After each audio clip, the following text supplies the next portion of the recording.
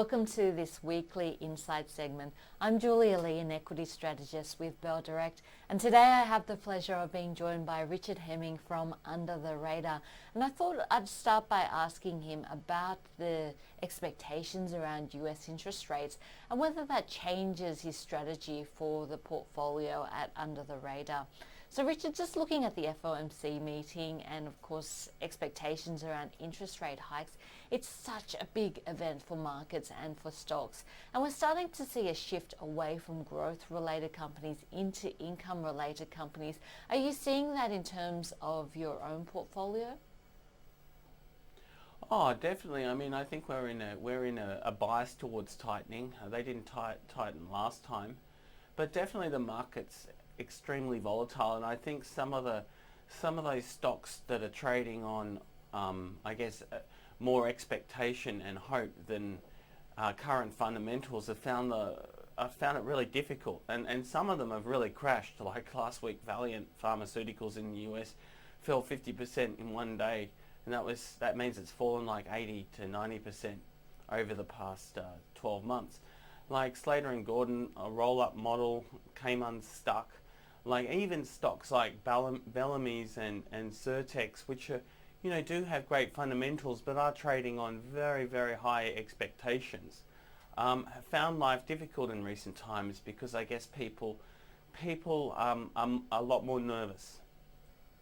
We seem to be seeing a shift in strategy, and I know a lot of the investment banks have shifted away from growth, more into income and dividend growth type of companies. Are you seeing the same in your portfolio?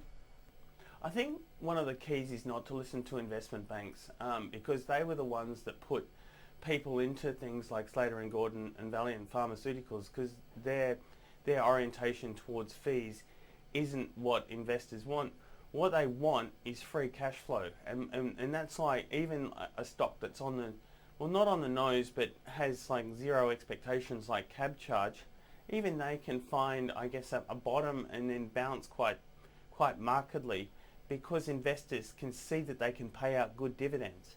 So I think investing in the markets is all about expectations, and companies that have the ability to increase their dividends and are generating good free cash flow, have a strong balance sheet, are ones that in general we favour. Okay, so the stocks that you seem to be interested in are the ones with strong free cash flow as well as dividend growth and a strong balance sheet.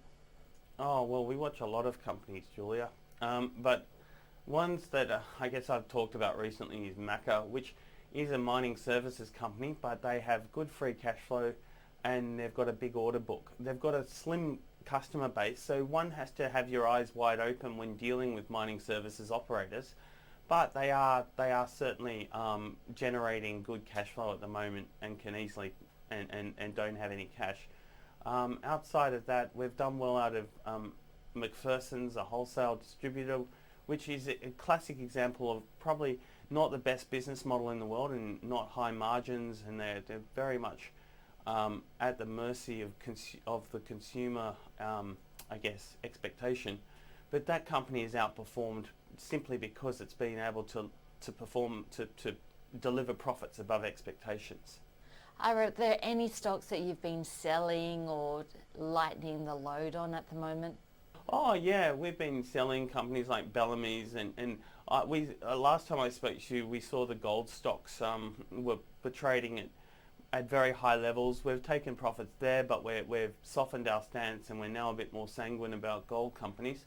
But like I think one of the key points that I keep emphasizing is that in this kind of market where the Fed's bias is towards tightening interest rates, reducing monetary supply, you have to be a bit quicker to take profits, I guess. You can't hold in the expectation that everything's going to be all right forever, and especially holding in the expectation that someone like Bellamy's is going to just keep going up and up and up when I guess they've got a lot of consolidating to do. They've got a lot of proving to do. So you want to, some of these companies I've been talking about, like say Specialty Fashion, they're trading at a percentage of their revenues, and they have been their business model's proven for a long time. Sure, they got hit with a purchase that went awry in Rivers, but they're working through that purchase. And companies like this that are repairing expectations are often, I guess, easier companies to invest in than companies who have infinite levels of blue sky. Okay, so you've been selling some of the growth, moving more towards stock with strong revenue, strong free cash flow, and a strong balance sheet. We look at all companies, like we're the first to jump on the growth bandwagon. Maybe not the first, otherwise you wouldn't be on a wagon. But like what I'm saying is that this tightening environment is like the time is now to look for investors out there to look for value, which is where our orientation is generally based.